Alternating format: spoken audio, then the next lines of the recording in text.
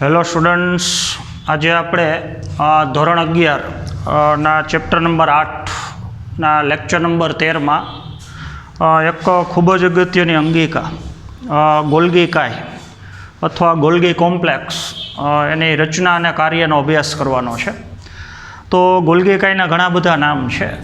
Golgi કાયને તમે લિપોકોન્ડ્રિયા કહી શકો, કારણ કે લિપિડનું સંગ્રહ સ્થાન છે અથવા લિપિડનું ત્યાં નિર્માણ થાય છે, તો જેથી કરીને એને લિપોકોન્ડ્રિયા કહી શકો. ડાલ્ટન નામના વૈજ્ઞાનિકે ગોલ્ગી કાયની એકદમ સૂક્ષ્મ રચના ઇલેક્ટ્રોન માઇક્રોસ્કોપની અંદર એનો અભ્યાસ કરેલો છે, તો જેને તમે ડાલ્ટન કોમ્પ્લેક્સ કહી શકો.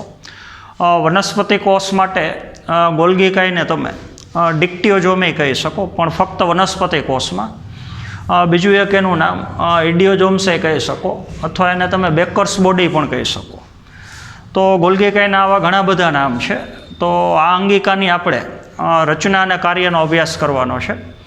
તો સૌથી પહેલાં તો કેમિલો ગોલ્ગી નામના વૈજ્ઞાનિકે 1898માં માઇક્રોસ્કોપની અંદર કોષ કેન્દ્રની બાજુમાં એક ઝાલાકાર રચનાનો અભ્યાસ કર્યો, અભિરંજિત કરીને, અને જે રચનાનું નામ વૈજ્ઞાનિકના નામ ઉપરથી આપેલું છે ગોલ્ગી કાય.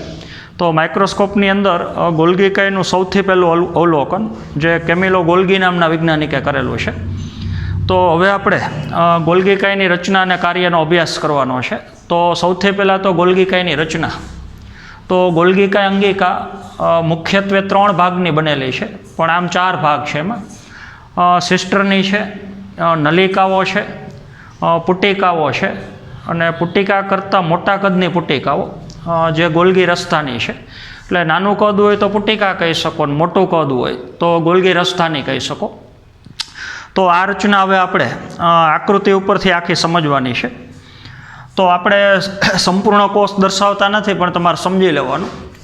તો સૌથી પહેલાં તો કોષ કેન્દ્રની ફરતી બાજુનું પટલ, જેને આપણે કોષ કેન્દ્ર પટલ કહીએ છીએ, અને કોષ કેન્દ્ર પટલની સાથે જોડાયેલી અંગિકા, જેનો આપણે ગયા પીરિયડમાં અભ્યાસ કર્યો, જેને તમે અંતઃકોષ રસજાળ કહો છો.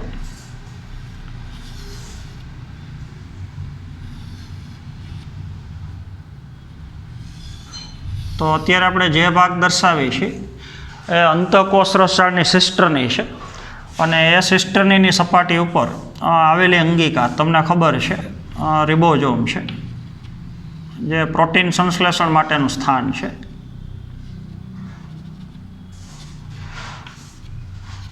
ત્યારબાદ અંતઃકોષ રસજાળમાંથી સ્ત્રાવ પામતા દ્રવ્ય જે પુટિકા સ્વરૂપે હોય છે, અને એ પુટિકાઓની અંદર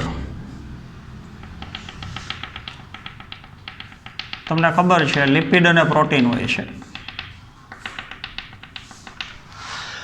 તો હવે આપણે અભ્યાસ કરવાનો છે ગોલ્ગી કાય અંગિકાનો.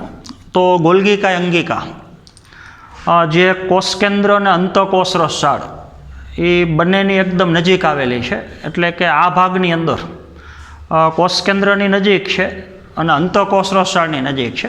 તો આખી અંગિકાને હવે આપણે આકૃતિ દ્વારા સમજવાનો પ્રયત્ન કરીએ. તો સૌથી પહેલાં તો અત્યારે આપણે જે ગોલ્ગી કાયનો ભાગ બતાવીએ છીએ એ ભાગને તમે સિસ્ટરની કહી શકો. તો સિસ્ટરની ચપટી કોથળી જેવી અથવા સહેજ નલિકામય રચના છે, અને દરેક સિસ્ટરનીનો છેડાનો ભાગ સહેજ ફૂલેલો છે. તો અત્યારે આપણે એક સિસ્ટરની દર્શાવી છે. તો આવી ઘણી બધી સિસ્ટરની જે બાજુમાં ગોઠવાયેલી છે, અથવા ઉપરી ગોઠવાયેલી છે, અને એકબીજાના સમાંતર ગોઠવાયેલી છે.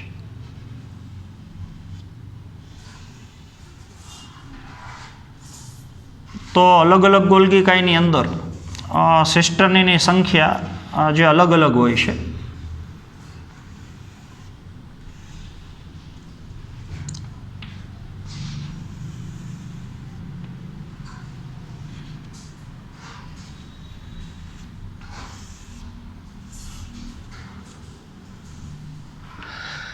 તો આવી ઘણી બધી સિસ્ટરની એની થપ્પીમય ગોઠવણી થઈ જાય એકબીજા ઉપર અને એકબીજાને સમાંતર ગોઠવાઈ જાય તો બનતી આખી રચના, જેને આપણે ગોલ્ગી કાય અથવા ગોલ્ગી પ્રસાધન કહીએ છીએ.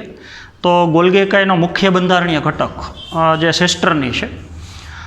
બીજી અગત્યની વસ્તુ, દરેક સિસ્ટર્નીનો વ્યાસ અથવા એની પહોળાઈ 0.5 મ્યુએમથી 1 મ્યુએમની આજુબાજુ છે. મ્યુએમ એટલે માઇક્રોમીટર, એટલે કે અડધા મ્યુએમથી 1 મ્યુએમની આજુબાજુ દરેક સિસ્ટર્નીનો વ્યાસ છે. અને અલગ અલગ ગોલ્ગી કાયની અંદર સિસ્ટર્નીની સંખ્યા જે અલગ અલગ હોય છે, 6 હોઈ શકે, 10 હોઈ શકે, 16 સુધી સંખ્યા હોઈ શકે, પણ અલગ અલગ ગોલ્ગી કાયની અંદર સિસ્ટર્નીની સંખ્યા જે અલગ અલગ છે. તો હવે તમે જોઈ શકો છો કે ગોલ્ગી કાયનું સ્થાન જે કોષ કેન્દ્ર અને અંતઃકોષ રસજાળની નજીક છે. તો દરેક સિસ્ટરની જેનો ભાગ છે એ સહેજ વક્ર છે. તો આખી અંગિકા આકારની દૃષ્ટિએ સહેજ વક્ર છે. તો હવે આપણે જોવાનું છે કે સિસ્ટર્નીની બહિર્ગોળ સપાટી, બહિર્ગોળ એટલે બહારની બાજુનો વળાંક અને અંતર્ગોળ એટલે અંદરની બાજુનો વળાંક. જો કોઈ પણ રચના એ અંદર તરફ જે વળાંક લેતી હોય એ અંતર્ગોળ સપાટી કહેવાય અને બહારની બાજુનો જે વળાંક હોય એને બહિર્ગોળ સપાટી કહેવાય.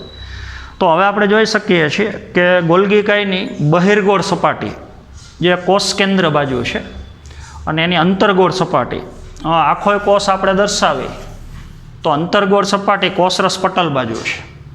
તો ગોલ્ગી કાય અથવા સિસ્ટર્નીનો કોષ કેન્દ્ર બાજુનો ભાગ જે બહિર્ગોળ છે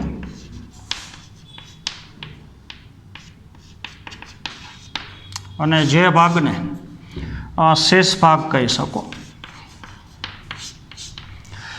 તો આપણે ખાસ યાદ રાખવાનું છે કોષ કેન્દ્ર તરફનો બહિર્ગોળ સપાટી અને જે ભાગને આપણે શેષ ભાગ કહીએ છીએ. અને એનું હજી એક બીજું નામ જેને તમે નિર્માણકારી સપાટી કહી શકો. એવું શા માટે કહીએ છીએ એ હમણાં આપણે સમજીએ છીએ. અથવા એને તમે ફોર્મિંગ ફેસ એ કહી શકો. ફોર્મેશન કરવું એટલે નિર્માણ કરવું, એટલે બીજું નામ એનું ફોર્મિંગ ફેસ અથવા એને ફોર્મિંગ સપાટી કહી શકો. ગોલ્ગી કાયનો જે ભાગ કોષ કેન્દ્રની વિરુદ્ધ દિશામાં એટલે કે કોષરસ પટલ બાજુ છે અંતર્ગોળ સપાટી. તો આ બાજુની જે સપાટી છે એ અંતર્ગોળ છે.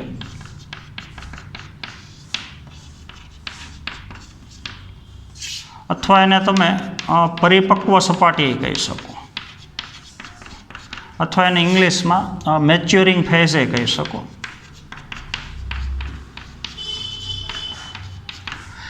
તો પરિપક્વ સપાટી અને નિર્માણકારી સપાટી એવા નામ કેમ આપ્યા છે એ હમણાં આપણે જોઈએ છીએ. અત્યારે આપણે જે રચના દર્શાવેલી છે એ રચનાને આપણે સિસ્ટર્ની કહીએ છીએ. અને સિસ્ટર્નીની સાથે જ જોડાયેલી રચના અમુક નાની નાની નલિકાઓ છે.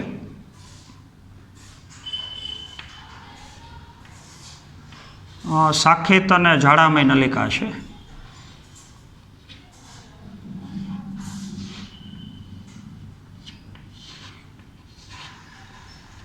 તો આ નલિકાઓ સિસ્ટરની સાથે જોડાયેલી છે.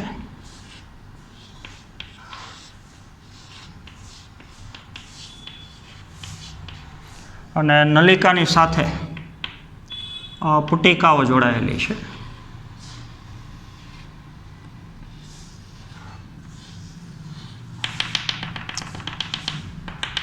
જે લિપિડ અને પ્રોટીન જેવા દ્રવ્યથી ભરેલી છે. તો ખરેખર તો આ પુટિકાઓ અંતઃકોષ રસજાળમાંથી સ્ત્રાવ પામેલી છે. તો આ જે રચનાઓ છે એને આપણે કહીશું પુટિકાઓ. બીજું, ગોલ્ગી કાયની જે અંતર્ગોળ સપાટી છે કોષરસ પટલ બાજુની, ત્યાં અમુક મોટા કદની પુટિકાઓ છે જેને આપણે ઓલી ગોલ્ગી ધાની કહી શકીએ. તો જે દ્રવ્યથી ભરેલી છે.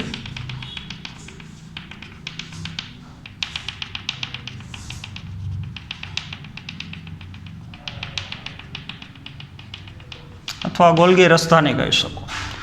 તો આવી રીતે આખી સંપૂર્ણ રચના. બીજી અગત્યની વસ્તુ, બધી સિસ્ટરની એકબીજા સાથે જોડાયેલી અવસ્થામાં છે. એકબીજાને સમાંતર છે, ગોઠવણી થપ્પીમાં છે અને આંતરિક રીતે બધી સિસ્ટરની એકબીજા સાથે જોડાયેલી છે. તો હવે તમે જોઈ શકો છો કે ગોલ્ગી કાયની અંદર કાર્યની દ્રષ્ટિએ અગત્યના ભાગ 2 છે. કોષ કેન્દ્ર તરફની બહિર્ગોળ સપાટી, જેને આપણે નિર્માણકારી સપાટી કહીએ છીએ, અને કોષરસ પટલ બાજુની અંતર્ગોળ સપાટી, અંદર તરફના વળાંકવાળી સપાટી, અને જેને આપણે પરિપક્વ સપાટી કહીએ છીએ. તો હવે આપણે ગોલ્ગી કાયના અગત્યના થોડાક કાર્યની આપણે ચર્ચા કરવાની છે. તો આપણને ખબર છે લિપિડ અને પ્રોટીન જેનું સંશ્લેષણ સ્થાન અંતઃકોષ રસજાળ છે. કણિકામય અંતઃકોષ રસજાળ હોય તો એમાંથી જે પુટિકાઓ બહાર પડી હોય તો એ પુટિકાની અંદર પ્રોટીન હાજર હોય છે, અને લીસી અંતઃકોષ રસજાળ હોય, અત્યારે આપણે દર્શાવેલી નથી, અને એમાંથી જે પુટિકાનો સ્ત્રાવ થયો હોય તો એ પુટિકાની અંદર લિપિડ હાજર હોય છે.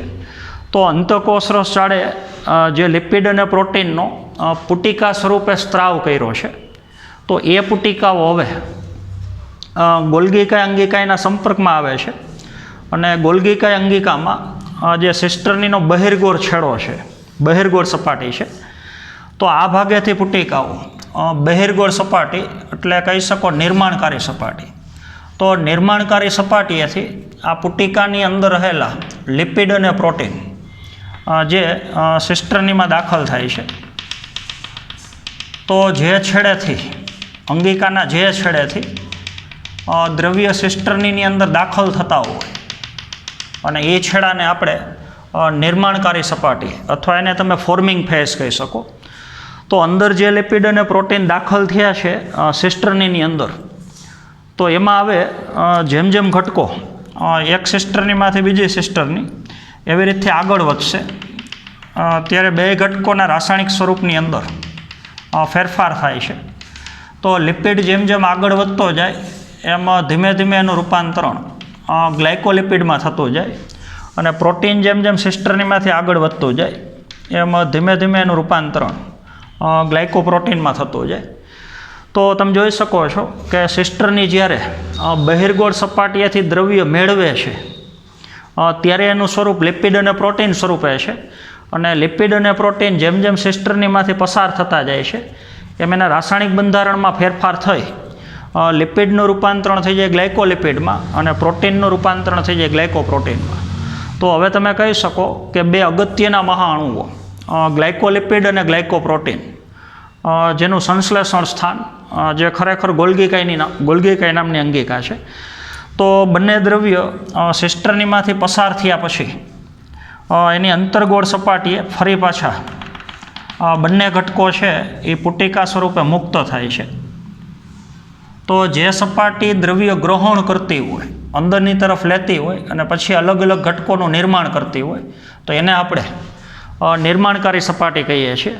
અને ઘટકો જ્યારે પૂરેપૂરા બની જાય, પરિપક્વ બની જાય, તો જે છેડેથી ઘટકોનો પુટિકા સ્વરૂપે સ્ત્રાવ થતો હોય તો એ છેડાને આપણે પરિપક્વ સપાટી કહીએ છીએ. અને જે સપાટી અંતર્ગોળ છે, તો અંતર્ગોળ સપાટી દ્રવ્યને મુક્ત કરે છે, એને પરિપક્વ સપાટી કહીએ છીએ. અને બહિર્ગોળ સપાટી જે દ્રવ્ય મેળવે છે એને આપણે નિર્માણકારી સપાટી કહીએ છીએ. તો હવે તમે જોઈ શકો છો અત્યારે આપણે હવે સંપૂર્ણ કોષ દર્શાવીએ છીએ.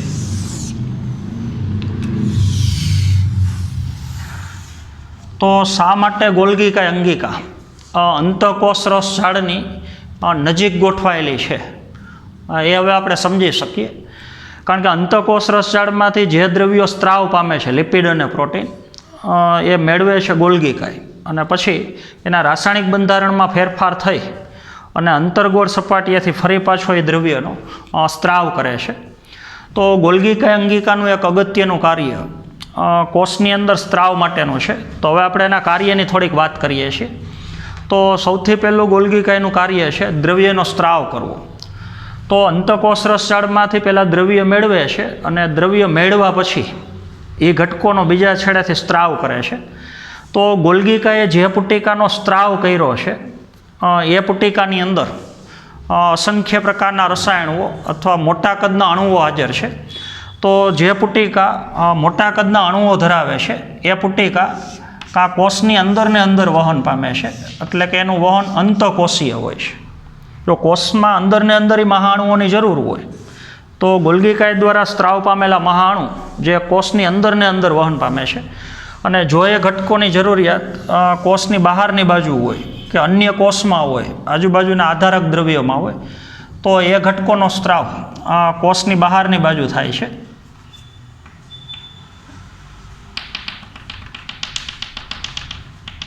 તો ગોલ્ગી કાય અંગિકાનું એક અગત્યનું કાર્ય દ્રવ્યોના સ્ત્રાવ માટેનું કહી શકો.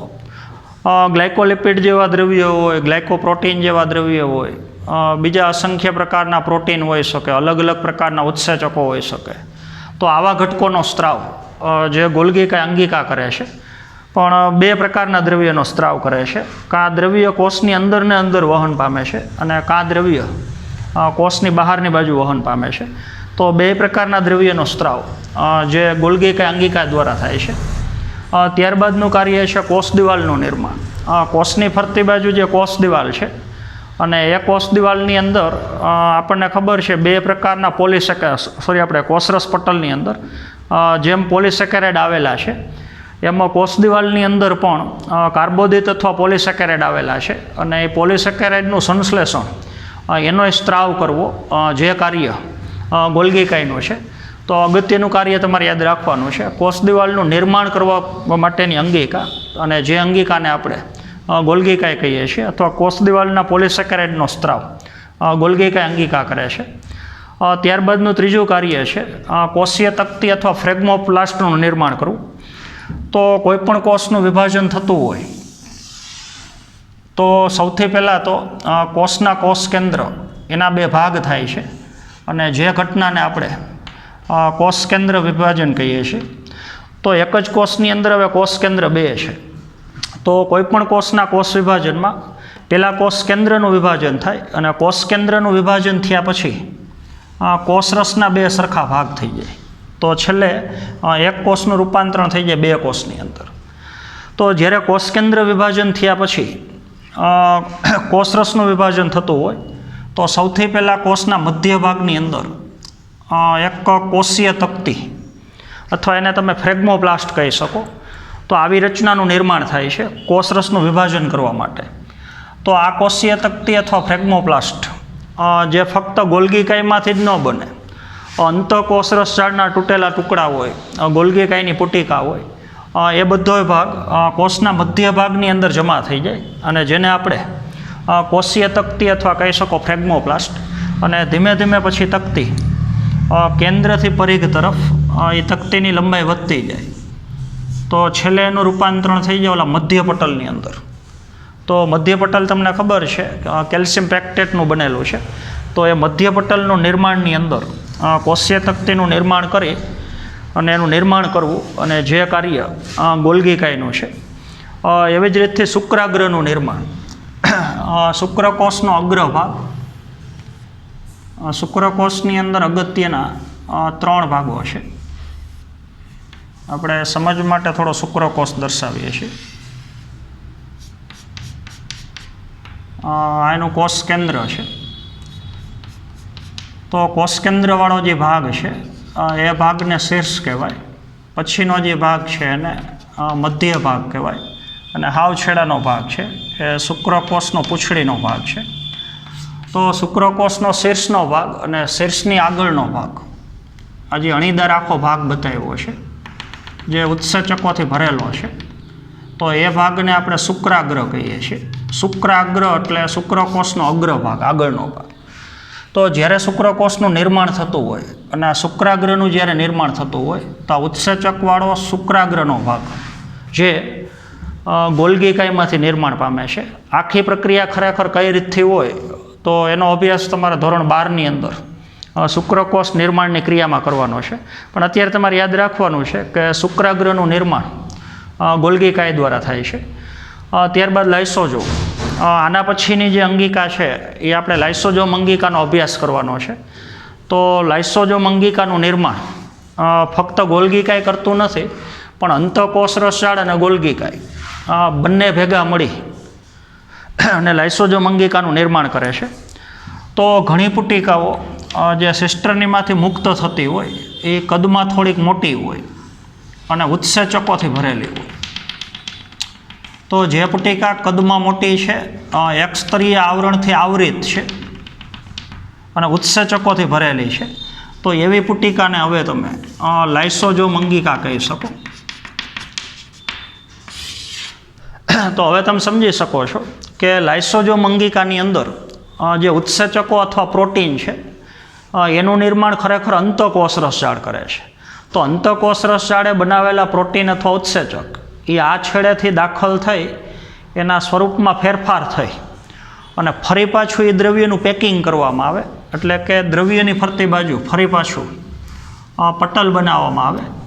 તો ગોલ્ગી કાયની અંદર પ્રોટીનનું પેકેજિંગ થઈ, ઉત્સેચકોની ફરતી બાજુ પેકિંગની ક્રિયા થઈ, સ્તરનું નિર્માણ થઈ અને પુટિકા સ્વરૂપે નિર્માણ પામતી અંગિકા, જેને તમે લાઇસોઝોમ કહી શકો. તો ગોલ્ગી કાય અંગિકાનું અગત્યનું કાર્ય જે ફક્ત અલગ અલગ દ્રવ્યોનો સ્ત્રાવ નથી ખાલી, પણ એના પેકેજિંગનું કાર્ય છે. તો સૌથી પહેલાં આ છેડેથી રસાયણ મેળવે છે, પછી રસાયણના રાસાયણિક બંધારણમાં ફેરફાર કરી એ રસાયણનું ફરી પાછું પેકેજિંગ કરી અને અંતર્ગોળ સપાટીએથી એ દ્રવ્યનો ફરી પાછો પુટિકા સ્વરૂપે સ્ત્રાવ કરે છે. તો આવું અગત્યનું કાર્ય જે ગોલ્ગી કાય અંગિકા દ્વારા થાય છે.